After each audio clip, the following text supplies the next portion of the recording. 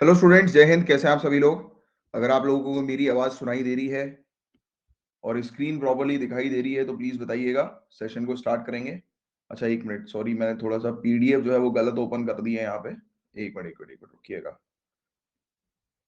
अभी जो हम लोग का चल रहा है वो 12th और 13 दिसंबर का चल रहा है। तो ये फटाफट रिवीजन सीरीज है गाइस। मैं आप लोग को बता दूं कि ये सीरीज जो है ये लाइव सेशन हम लोग कंडक्ट करते हैं और रेगुलर बेसिस पर इसमें आप लोग अपने डाउट्स जो है वो पूछ सकते हैं एंड सीरीज को आप ज्वाइन कर सकते हैं। अगर आपको इस सीरीज को ज्वाइन करना है तो इससे रिलेटेड इंफॉर्मेशन आपको नीचे डिस्क्रिप्शन पर दिए गए नंबर पर मिल जाएगी। राइट, चलो। तो 12th और 13 दिसंबर की फटाफट सीरीज है ये। राइट, तो इसमें आपने ऑलरेडी आई थिंक कि पीडीएफ के थ्रू पूरी चीज गो थ्रू कर ली होगी और ये नंबर है गाइस, इस नंबर पर कांटेक्ट करके आप पूछ सकते हैं। और आई थिंक कि सभी लोग लाइव सेशन में अवेयर हैं कि इस सीरीज को जो है वो हम लोग कैसे कंडक्ट करते हैं। राइट, मोटिव क्या होता है सीरीज के पीछे का। एंड बाकी सभी लोग को मैं बता दूं कि इन पूरे टॉपिक से रिलेटेड वीडियोस जो है वो ऑलरेडी आपको प्रोवाइड किए गए हैं, नीचे डिस्क्रिप्शन पर आपको मिल जाएंगे। और इसका भी एक सेपरेट सिंगल वीडियो जो आता है ना, वो भी अभी आएगा। वो एक्चुअली आ नहीं पा रहा है क्योंकि एडिटिंग में थोड़ा सा अभी टाइम जो है वो लग रहा है, बट आ जाएगा वो, डोंट वरी अबाउट इट। तो जैसे ये वाला टॉपिक जो है वो नहीं आया था ज्ञानपीठ पुरस्कार से रिलेटेड, तो यहाँ पर बस दो चीजें आपको ध्यान में रखनी है। एक तो ज्ञानपीठ पुरस्कार किनको दिया जाता है, फर्स्ट पॉइंट, और अभी लेटेस्ट ये किनको दिया है। तो 2021 का ये पुरस्कार नीलमणि फूकन को और 2022 के लिए कोंकणी साहित्यकार दामोदर मौजो को। राइट, तो ये पुरस्कार जो है वो मिला। तो बस ये बेसिक सी चीज आपको थोड़ी सी ध्यान में रखनी है। और ज्ञानपीठ अवार्ड जो है वो हमारी कंट्री का हाईएस्ट लिटरेरी अवार्ड है। राइट, सर्वोच्च साहित्यिक पुरस्कार है ये ज्ञानपीठ पुरस्कार। और उन लोगों को दिया जाता है जो जो लोग लिटरेचर की फील्ड में सबसे आउटस्टैंडिंग कंट्रीब्यूशन जो है वो अपना देते हैं। और अच्छा, जो राइटर्स होते हैं वो किन लैंग्वेजेस में जो है वो लिखते हैं, तो ये वाली चीज अगर आ जाए तो 8वें शेड्यूल के अंदर जो इंडियन लैंग्वेजेस हैं, तो उसमें लिखने वाले यानी कि उस लैंग्वेजेस के जो राइटर्स हैं उनको कंसिडर किया जाता है इस अवार्ड के लिए, प्लस इंग्लिश लैंग्वेज के राइटर्स को भी कंसिडर किया जाता है। तो ये दोनों चीज आप थोड़ी सी ध्यान में रखिएगा। और सिर्फ इंडियन सिटीजन को दिया जाता है। 11 लाख रुपए इस अवार्ड में मिलते हैं। सरस्वती माता जी की एक ब्रॉन्ज की मूर्ति मिलती है और सिटिएशन जो है वो मिलता है। और इसके अलावा ये अवार्ड दिया जाता है भारतीय ज्ञानपीठ के द्वारा, जो कि एक कल्चरल ऑर्गेनाइजेशन है। और साइक्लोन्स वेरी इंपॉर्टेंट टॉपिक, मैंने आपको पहले भी पढ़ा चुका हूँ साइक्लोन्स के बारे में काफी डिटेल में। इस पर एक सेपरेट वीडियो भी जो है वो आ चुका है। एंड साइक्लोन्स अभी अरेबियन सी पर बढ़ गए। Actually cyclones even Bay of Bengal पर भी बढ़ गए। And what is the main reason behind it, बताओ जरा फटाक से कि क्या रीजन है साइक्लोन्स के बढ़ने का। फटाक से बताओ आप लोग। तो अभी एक डेटा जो है वो सामने आया है, हम लोग को देखने को मिला है कि वर्ल्ड मेट्रोलॉजिकल ऑर्गेनाइजेशन का ये डेटा हम लोग को देखने को मिला है, जिस डेटा में ये चीज सामने आई है कि temperature level, yes very good, बिल्कुल सही लिख रहे हैं आईएएस अर्पिता जी, निगम जी, की ग्लोबल वार्मिंग जो है वो इंक्रीज हो गई है। और एंड राजीव जी बिल्कुल करेक्ट लिखा आपने। राइट, टेम्परेचर लेवल इंक्रीज हो गया। राइट, ग्लोबल वार्मिंग के कारण हम लोग को देखने को मिल रहा है कि टेम्परेचर लेवल इंक्रीज हुआ और साइक्लोन्स जो है वो बढ़ गए। राइट, तो ये टेम्परेचर लेवल जब इंक्रीज होता है, हीट जब होती है, तब वो एनर्जी जो है वो देती है साइक्लोन्स को। राइट, साइक्लोन्स बनने की कंडीशन जो है वो क्रिएट करती है। यस एग्जैक्टली 1.2 से लेकर 1.4 डिग्री यस सेल्सियस पिछले 40 सालों में जो है वो बढ़ गया। ये एक डेटा के थ्रू हम लोग को जो है वो सामने पता लग रहा है, और जिसके कारण गर्मी बढ़ गई। गर्मी के कारण हम लोग को देखने को मिल रहा है कि साइक्लोन्स को एनर्जी मिल रही है और ज्यादा साइक्लोन्स हम लोग को नजर आ रहे हैं। बट इतने भी ज्यादा सीवियर नहीं है कि वो हमारे वेस्टर्न कोस्ट के लिए जो है वो खतरनाक हो, थ्रेट हो। राइट, बट फिर भी सीवियर है। फ्रीक्वेंसी इनकी जो है वो बढ़ गई है। ठीक है, तो ये चीज मेन मेन है जिसके बारे में आपको ध्यान में रखना है। और बाकी साइक्लोन से रिलेटेड मैंने प्रॉपर पूरा टॉपिक पढ़ाया हुआ था, उसकी हर एक चीज आपको ध्यान में रखनी है। आप सभी लोग को पता है ना साइक्लोन का अपन ने एक टॉपिक जो है वो कवर किया था, किसी को नहीं पता है तो बता दो। मैं उसकी लिंक आप बोलोगे तो फिर मैं शेयर कर दूंगा नीचे डिस्क्रिप्शन पर।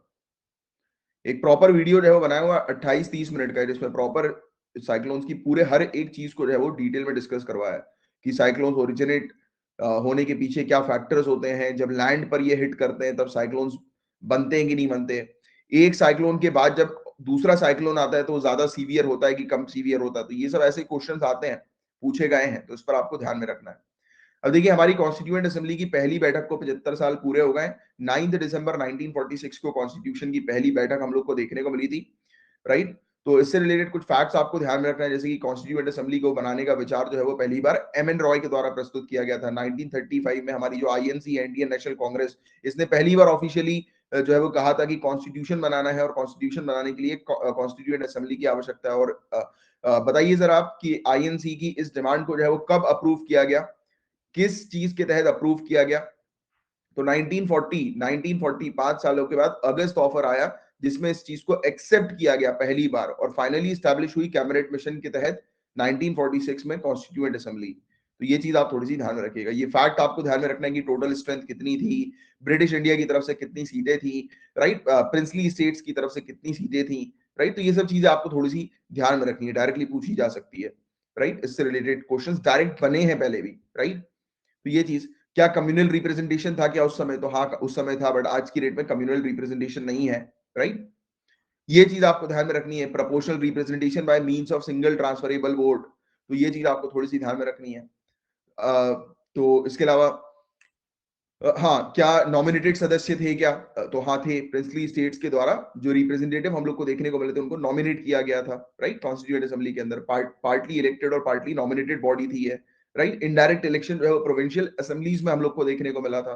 तो इसके कारण से यानी कि डायरेक्ट लोगों ने जो है वो कॉन्स्टिट्यूएंट असेंबली में जो सदस्य थे उनको चूज नहीं किया था, बल्कि जो प्रोविंसेस जो थी और जो प्रिंसली स्टेट्स थी वहां से रिप्रेजेंटेटिव चुनकर आए थे, राइट। तो डायरेक्ट पब्लिक ने, इंडियन पीपल ने डायरेक्ट उनको जो है वो कॉन्स्टिट्यूएंट असेंबली के लोगों को इलेक्ट नहीं किया, राइट। जैसे कि केस हम लोग बात करें मेंबर ऑफ पार्लियामेंट की, हमारे एट प्रेजेंट अगर हम बात करें तो यहाँ पर डायरेक्ट इलेक्शन हम लोग को देखने को मिलता है। आप एमपीज को जो है वो डायरेक्टली चूज करते हो, राइट। एमएलए को आप डायरेक्टली चूज करते हो, राइट। बट यहाँ पर ऐसा नहीं था, राइट। तो ये चीज हमें देखने को मिल रही है, यहाँ पर इनडायरेक्ट इलेक्शन हम लोग को देखने को मिला था, राइट। मुस्लिम लीग ने जो है पहली मीटिंग में पार्टिसिपेट नहीं किया। सेशन 11 हुए टोटल, 2 साल 11 महीने 18 दिन तक चले, राइट। और आखिरी सेशन 24 जनवरी 1950 को, और 24 जनवरी को जो इंपॉर्टेंट चीज जो आपको ध्यान में रखनी है, नेशनल सॉन्ग और नेशनल एंथम अडॉप्ट किया गया, राइट, 24 जनवरी 1950 को, राइट। तो ये चीज आपको थोड़ा सा ध्यान में रखना है।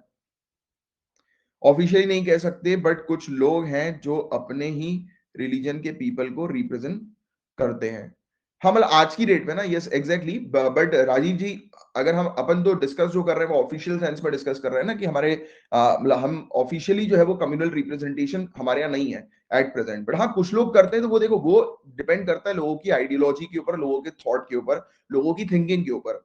और इवन आप ये भी नहीं कह सकते, क्वाइट पॉसिबल कि शायद वो ऐसा सोच ना रहे हो, उन्हीं के पर्टिकुलर रिलीजन का जो व्यक्ति उनको ज्यादा केपेबल लग रहा, राइट। तो वी कैन नॉट लाइक, हम उसके ऊपर जो है वो पॉइंट नहीं कर सकते ना, हम उसको नहीं कह सकते ये, क्योंकि इंडियन कॉन्स्टिट्यूशन ने तो ये चीज जो है वो कम्युनल रिप्रेजेंटेशन तो अलाउ नहीं किया है। अब सामने वाला व्यक्ति अगर अपनी कम्युनिटी के लोग को चूज कर रहा है तो उसके खुद के अधिकार हैं, वो उसका फंडामेंटल राइट है, उसको हम लोग जो है वो नहीं कर सकते, राइट। उससे वो छीन नहीं सकते, राइट, वो वाली चीज, कि अब वो किसी को भी पसंद है, अब यार उसकी पसंद उसकी नापसंद वो उसके ऊपर डिपेंड करेगी ना। जो फ्रीडम, जो फंडामेंटल राइट हम लोग को देखने को मिलता है ना, कि जो आजादी है उसकी अपने अकॉर्डिंग चीजें को करने की, राइट, चूज करने की कुछ भी, अगर हम लोग बात करें तो, राइट। तो ये उसकी आजादी है, उसकी वो पूरी आजादी जो है उसको फंडामेंटल राइट जो है वो प्रोवाइड कराता है, राइट। उसको हम लोग रेस्ट्रिक्ट नहीं कर सकते किसी भी तरीके से, कि नहीं उसके ऊपर प्रेशर नहीं क्रिएट कर सकते, गेटिंग इट। तो ये चीज थोड़ी सी ध्यान में रखिएगा। हमारे पहले प्रेसिडेंट ऑफ इंडिया जो है वो कौन है? डॉक्टर राजेंद्र प्रसाद। तो ये चीज आप थोड़ी सी ध्यान में रखना, ये भी 24 जनवरी 1950 को इलेक्ट किए गए थे, राइट। और उसके अलावा नेशनल फ्लैग 22 जुलाई 1947 को, और फिर इवन कॉन्स्टिट्यूएंट असेंबली ने वेरीफाई किया था इंडिया की मेंबरशिप कॉमनवेल्थ के अंदर। तो ये चीज है कुछ जिसके बारे में आपको ध्यान में रखना है। कुछ क्रिटिसाइज भी किया जाता है, एक तो कहा जाता है कि ये प्रॉपर रिप्रेजेंटेटिव बॉडी नहीं थी, राइट। लोगों ने डायरेक्टली इस बॉडी को इलेक्ट नहीं किया था, राइट। इंडियन पीपल ने, इंडियन सिटीजन ने, राइट। सॉवरेन बॉडी नहीं थी क्योंकि ब्रिटिश ऑर्डर के तहत स्टैब्लिश की गई थी, राइट। इसके अलावा बहुत समय इसने ले लिया कॉन्स्टिट्यूशन को बनाने में, तो ये सब इसकी क्रिटिसिज्म हम लोग को देखने को मिलता है। और लॉयर पॉलिटिशियन इसमें ज्यादा मात्रा में थे, कांग्रेस पार्टी के लोग ज्यादा मात्रा में थे, राइट, हिंदू ज्यादा थे, तो ऐसे क्रिटिसिज्म भी इसके हमें देखने को मिलते थे। दोनों तीनों चीजें आपको थोड़ी सी ध्यान में रखनी है। तो सिगरेट बैन कर दिए, अगले साल से ये बैन हो जाएगी 2022 से न्यूजीलैंड के अंदर सिगरेट्स टोटली। 2008 के बाद जो भी पैदा हुआ है वो सिगरेट पी नहीं सकता, खरीद नहीं सकता न्यूजीलैंड के अंदर। तो ये कानून, एक सख्त कानून न्यूजीलैंड जो है वो लेकर आ गई है, राइट। तो ये चीज आप थोड़ी सी ध्यान में रखना। यहाँ पर एक ट्रैवल ग्रुप के बारे में जो है वो बात की गई है। उस ट्रैवल ग्रुप का नाम, एक सेकंड में आपको बताता हूँ।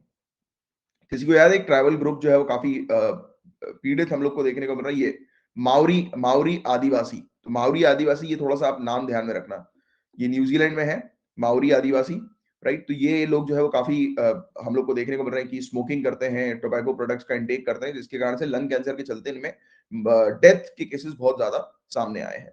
तो ये एक चीज है जो हाईलाइट की गई इस न्यूज के अंदर, जो आपको थोड़ा सा ध्यान में रखना है। वर्ल्ड गोल्ड काउंसिल की बात करें, विश्व स्वर्ण परिषद की बात करें गाइस, तो वर्ल्ड गोल्ड, हम बहुत ज्यादा मात्रा में गोल्ड को इंपोर्ट कर रहे हैं, ऐसी एक रिपोर्ट जो है वो हम लोग को देखने को मिली है। तो कभी कोई क्वेश्चन आ सकता है कि Boolean trade in India report किसने रिलीज करी, तो वर्ल्ड गोल्ड काउंसिल, थोड़ा सा आपको ध्यान में रखना है, राइट। 2016 से 20 के बीच में, जब इवन टैक्सेस जो थे, ड्यूटी जो थी, वो काफी ज्यादा बढ़ गई थी, राइट, गोल्ड के इंपोर्ट के ऊपर, देन टू हम लोगों ने गोल्ड का इंपोर्ट जो है वो किया, राइट। गोल्ड का इंपोर्ट एक, और सबसे ज्यादा हम इंपोर्ट कहां से करते हैं, Switzerland, this is the main thing जो कि आपको ध्यान में रखनी है। सेकंड नंबर पर यूएई, राइट। तो ये स्विट्जरलैंड आपसे पूछा जा सकता है, जो काफी सारे लोग इस पर गौर नहीं फरमाएंगे, राइट, क्योंकि स्विट्जरलैंड और यूएई यहाँ से सबसे ज्यादा गोल्ड जो है वो इंपोर्ट हुआ है इन दो कंट्री से, और बाकी 30 कंट्री से हमने गोल्ड को जो है वो इंपोर्ट किया है 2020 में। और लास्ट 5 इयर्स में गोल्ड जो है, गोल्ड का इंपोर्ट 30% तक जो है वो बढ़ गया है, राइट। और गोल्ड को एज अ करेंसी के तौर पर भी आप यूज कर सकते हो। यूनाइटेड स्टेट्स ने गोल्ड स्टैंडर्ड 1971 तक फॉलो किया था, राइट। इवन इन्फ्लेशन के समय पर गोल्ड की डिमांड जो है वो बढ़ जाती है, क्योंकि लोग जो है वो अपना जितना भी पैसा रखा हुआ रहता है, इन्वेस्टमेंट जो होता है, वो सोचते हैं कि यार करेंसी तो डिवैल्यू हो रही है, राइट, कीमतें जो है वो बढ़ रही है, तो इट्स बेटर कि गोल्ड पर इन्वेस्ट कर दो, क्योंकि गोल्ड की कीमत तो जो है वो भले ही स्लोली जो है वो इंक्रीज हो, बट वो इंक्रीज होगी, राइट। तो ये चीज हमें देखने को मिलती है।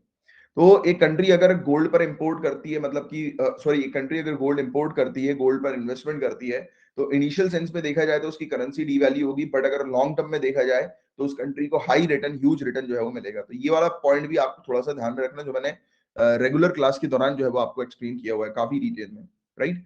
W W world gold council, WGC, इसका हेडक्वार्टर हम लोग को यूके में देखने को मिलता है, और इसके office India, China, Singapore, Japan, US में हम लोग को नजर आते हैं।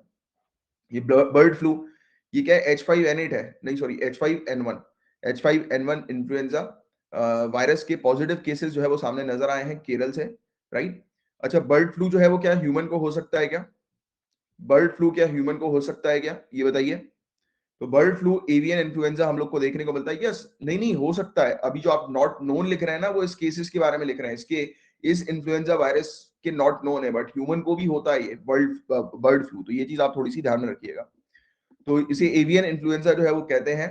Avian influenza type A virus naturally wild bird, जंगली चिड़ियाओं में पूरी दुनिया भर में देखने को मिलता है, राइट। और इसमें दो चीजें ये ध्यान में रखना, एच और एन, इसमें एच और एन जो होता है ना, एच का मतलब हीमाग्लूटिनिन, और न्यूरामिनिडेज, एन का मतलब, तो ये दो कॉम्बिनेशन हम लोग को प्रोटीन के देखने को मिलते हैं, राइट, जिसके कारण ये वायरस जो है वो बनता है, और उसको क्लासिफाई किया जाता है इन दो प्रोटीन के चलते। तो कभी कभी डायरेक्ट क्वेश्चन आ सकता है कि बर्ड फ्लू में कौन सा, इन फलाना ऑप्शन में से बताइए कौन से प्रोटीन जो है वो इन्वॉल्व है, या कौन सा प्रोटीन बर्ड फ्लू वायरस के अंदर या avian influenza type A virus के अंदर है। तो ये दोनों प्रोटीन के नाम आप थोड़ा सा ध्यान में रखिएगा, राइट। तो ये चीज है, देखिए क्या लिखा है कि report of avian and swine influenza infection in human. तो एवियन या फिर स्वाइन इन्फ्लुएंजा का इन्फेक्शन ह्यूमन में भी रिपोर्ट किया गया है, मतलब ह्यूमंस में भी है। बट अभी जो इस इन्फेक्शन की आप बात करो, H5N8 की, इसका ह्यूमन बीइंग के ऊपर कोई इन्फेक्शन हुआ है कि नहीं हुआ है, तो इस पर कोई केसेस सामने नहीं आया। तो मैंने आपसे जो क्वेश्चन पूछा था वो इन जनरल बर्ड फ्लू के बारे में पूछा था। तो इस तरीके के क्वेश्चन आएंगे तो आपको बिल्कुल भी कंफ्यूज नहीं होना है। एवियन इन्फ्लुएंजा तो हुआ है ना लोगों को, ये रिपोर्ट्स के थ्रू हमें पता लगा है, राइट, गेटिंग इट। तो ये क्लैरिटी रखो आप, तो इसमें आपको कंफ्यूज नहीं होना, इसलिए जानबूझ के वो क्वेश्चन आपके सामने डाला था। चलिए ठीक है, तो ये चीज हम लोग को देखने को मिल रही है। अगर इससे बचना है तो पहली बात तो आप बचने के लिए उपाय तो ये है कि जो भी इन्फेक्टेड जो चिड़िया वगैरह होती है उनको मार कर जो है वो कहीं पर सेफ जगह पर डिस्पोज कर दो। जो भी इस डिस्पोजल एक्टिविटी में जो लोग इन्वॉल्व होते हैं उनको आइसोलेट कर दो, क्वारंटीन में रख दो, राइट। और जब भी खाना पीना खाओ, यानी कि इस प्रकार के नॉनवेज प्रोडक्ट्स वगैरह लो, तो उसको अच्छे से जो है उसको बॉईल करो, राइट। तो ये चीज जो है वो बताई गई है। फिर सिटीजनशिप अमेंडमेंट एक्ट 2019 के बारे में आप जानती हैं, कई बार इस टॉपिक को हमने डिस्कस जो है वो किया हुआ है, राइट। इसमें 3 कंट्रीज के नाम आपको ध्यान में रखने हैं, और 6 माइनॉरिटी कम्युनिटीज के नाम आपको ध्यान में रखने हैं मेनली, राइट। ये यहाँ पर एक चीज है, इसमें अमेंड किया जा रहा है किस पर्टिकुलर कानून को, सिटीजनशिप एक्ट 1955, जो वेरियस तरीके से सिटीजनशिप जो है वो प्रोवाइड कराती है, तो उसमें अमेंड किया जा रहा है। इसमें बताया जा रहा है कि 6 माइनॉरिटी कम्युनिटीज, पाकिस्तान, बांग्लादेश और अफगानिस्तान की 6 माइनॉरिटी कम्युनिटी के नाम आपको ध्यान में रखना है, राइट। तो इनको जो है वो सिटीजनशिप दी जा रही है इंडिया के अंदर। तो ये चीज हम लोग को देखने को मिल रही है इस पर्टिकुलर कानून के अंदर मेनली। इस कानून के अंदर ये भी है कि सरकार चाहे तो एक व्यक्ति के ओवरसीज सिटीजन ऑफ इंडिया का रजिस्ट्रेशन जो है वो कैंसिल कर सकती है सर्टेन ग्राउंड्स के ऊपर। अब सर्टेन ग्राउंड्स को डिस्क्राइब नहीं किया है, इसको लेकर क्रिटिसिज्म भी बहुत ज्यादा हम लोग को देखने को मिल रहा है। ये कट ऑफ डेट है December 31st 2014 की। जो भी व्यक्ति या जो भी कम्युनिटीज इस डेट तक इंडिया के अंदर आई हैं, राइट, और जिन्होंने रिलीजियस परसिक्यूशन फेस किया अपनी कंट्री के अंदर, तो उन्हें इलीगल इमिग्रेंट्स ट्रीट नहीं किया जाएगा, उनको इंडियन सिटीजनशिप दे दी जाएगी। इसमें एक और चीज यहाँ पर ये भी सामने है कि इसमें ये कट ऑफ डेट को मेंशन करते समय ये पर्टिकुलरली मेंशन नहीं किया कि वो 6 कम्युनिटीज की ही बात हो रही है या दूसरी मतलब कोई भी कम्युनिटी आ सकती है। तो इसमें जनरली जो है वो बताया जा रहा है कि कोई भी कम्युनिटी जो 2014 से पहले इंडिया के अंदर आ गई हो, राइट? लेट्स से कि रोहिंग्या मुस्लिम्स की अगर हम लोग बात करें, वो अगर आ गए हो म्यांमार से, राइट? क्योंकि अभी तो म्यांमार का जिक्र ही नहीं था इन 3 कंट्री से, तो इनको भी कह रहे हैं कि इनको भी लीगल इमिग्रेंट्स नहीं माना जाएगा, राइट? तो ये चीज, क्योंकि इसमें देखिए क्या लिखा हुआ है, फ्रॉम देयर रिस्पेक्टिव कंट्री, जहां पर भी उन्होंने अपनी कंट्री के अंदर परसिक्यूशन, उत्पीड़न अगर फेस करी है और वो इंडिया के अंदर आई हैं ये कट ऑफ डेट से पहले, राइट? तो उनको जो है वो इलीगल इमिग्रेंट्स ट्रीट नहीं किया जाएगा, उनको दे दी जाएगी इंडियन सिटीजनशिप। तो ये कुछ चीजें हैं जिसमें काफी सारी, जैसे कि अगर हमारी इंटेलिजेंस एजेंसी की बात करें तो उनको एक डर भी है कि इसके चलते जो टेररिस्ट जो आए हैं इंडिया के अंदर रह रहे हैं काफी समय से गढ़ बनाकर, क्योंकि होता ये है कि देखो क्या होता है कि ये सब जब आप आगे चल के जब रॉ वगैरह को ज्वाइन करोगे, राइट? जब आप इंटेलिजेंस एजेंसीज वगैरह को हमारी ज्वाइन करोगे, तो आपको ये सब चीजों की जानकारी बहुत गहरे तरीके से पता लगेगी, और वैसे तो आपको होगी ही कि टेररिस्ट ऐसा नहीं है कि आज आए और कल परसों मतलब एक आधी हफ्ते एक आधी महीने में उन्होंने अटैक कर दिया। कई बार ये लोग क्या होते हैं कि यहाँ पर छुप जाते हैं और सालों के बाद जो है वो फिर रिस्पॉन्ड करते हैं, कि जब तक ऐसा लगता है कि यार चीजें जो है वो शांत हो गई। तो ऐसे भी खतरे हैं इंडिया के अंदर, राइट? और ऑल ओवर द वर्ल्ड में ऐसे भी खतरे हम लोग को देखने को मिलते हैं। तो इसका भी डर हमारी इंटेलिजेंस एजेंसी ने रेज किया है, राइट? तो ये सब चीजें भी आपको थोड़ी सी पता होनी चाहिए। गाइस अभी वॉइस वगैरह आपको नॉर्मली आ रही है ना, पहले की तरह ही आ रही है ना, कोई इशू तो नहीं है? क्योंकि मैंने अभी माइक जो है वो उसमें यूज नहीं किया है। जनरली मैं माइक यूज करता हूँ, बट मुझे लगा कि शायद इसमें भी ठीक ही आवाज आएगी, क्योंकि इसका इसका भी माइक्रोफोन जो इंटरनल है वो भी अच्छा है। सही है ना? चलो ठीक है, तो ये था पूरा ओवरऑल टॉपिक इससे रिलेटेड। हम लोग को देखने को मिला था सिटीजनशिप अमेंडमेंट एक्ट, जो बहुत इंपॉर्टेंट टॉपिक है। इससे रिलेटेड तो आपको हर एक चीज पता होनी चाहिए। बताओ, इन्फोर्समेंट डायरेक्टरेट और सीबीआई के चीफ का टेन्योर कितना बढ़ रहा है, या कितना इनका टेन्योर है? बताओ। जनरल क्वेश्चन, इन्फोर्समेंट डायरेक्टरेट और सीबीआई के चीफ का टेन्योर कितना है? यस एग्जैक्टली 2 सालों का है। बट अगर केंद्र सरकार चाहे तो उनको मैक्सिमम कितने पीरियड तक बढ़ा सकती है? मैक्सिमम कितने सालों के लिए बढ़ा सकती है? मैक्सिमम 3 सालों के लिए, बट मतलब एक बार में 1 साल के लिए ही बढ़ा सकती है, one at a time, 1 year at a time, 1+1। तो 2+1+1+1, तो दिस इज द थिंग जो आपको थोड़ी सी ध्यान में रखनी है, राइट? और जैसे कि इन्फोर्समेंट डायरेक्टर जो हम लोग को देखने को मिलते हैं, तो उनके टेन्योर को चेंज करने के लिए सेंट्रल विजिलेंस कमीशन एक्ट 2003 इसको अमेंड किया जा रहा है, और Delhi special police establishment act 1946 का जो है उसको अमेंड किया जा रहा है सीबीआई के चीफ को, सीबीआई के चीफ के जो टेन्योर जो है उसको इंक्रीज करने के लिए, राइट? तो ये चीज हम लोग को देखने को मिली है। तो ये पॉइंट है जिसको आपको थोड़ा सा ध्यान में रखना है। हालांकि इससे पहले ऑर्डिनेंस अध्यादेश जो है वो लाया गया था, राइट? और हालांकि इसको भी क्रिटिसाइज काफी ज्यादा किया जा रहा है, क्योंकि इसमें एक चीज हम लोग को ये देखने को मिली है कि जैसे कि सीबीआई के चीफ की अगर बात करें, तो आप जो है वो इतनी इंपॉर्टेंट पोजीशन जो है, ब्यूरोक्रेट की इतनी इंपॉर्टेंट पोजीशन है, उसको सरकार इन्फ्लुएंस कर सकती है, राइट? तो ये भी डर जो है वो, ये भी खतरा जो है वो यहाँ पर सामने नजर आया है, राइट? तो ये था गाइस पूरा ओवरऑल टॉपिक। मैं उम्मीद करता हूँ कि आपको पूरी चीज अच्छे से समझ में आ गई होंगी। कोई डाउट किसी को कुछ, तो आप पूछ सकते हो। मैं भी आपका वेट कर रहा हूँ। बाकी ओवरऑल पूरा टॉपिक हो गया है। एंड जिन भी स्टूडेंट्स को हमारे कोर्सेज को ज्वाइन करना है, चाहे वो करंट अफेयर्स का कोर्स हो या कोई भी कोर्स, तो आप इस नंबर पर कांटेक्ट करके ज्वाइन कर सकते हैं। Everything is clear. और अभी आ जाएगा, कुछ समय में आ जाएगा। थोड़ा सा एक्चुअली क्या, एडिटिंग में थोड़ा सा जो है वो लेट हो रहा है, बट उसको हम लोग एक बार रोलिंग पर ले आएंगे, तो फिर आपको टाइम पर पूरी चीज मिल जाएगी। वैसे तो मैं दे ही देता हूँ लिंक्स वगैरह, तो आपको मिल ही जाती है पूरी प्रॉपर। टेलीग्राम का ग्रुप ज्वाइन कर लीजिए, वहां पर प्रॉपर टॉपिक के साथ में लिंक्स प्रोवाइड करा देता हूँ। ठीक है, चलो फिर गाइस मैं साइन ऑफ करता हूँ। मिलते हैं हम लोग कल, तब तक के लिए bye bye, take care, have a great day ahead. जय हिंद।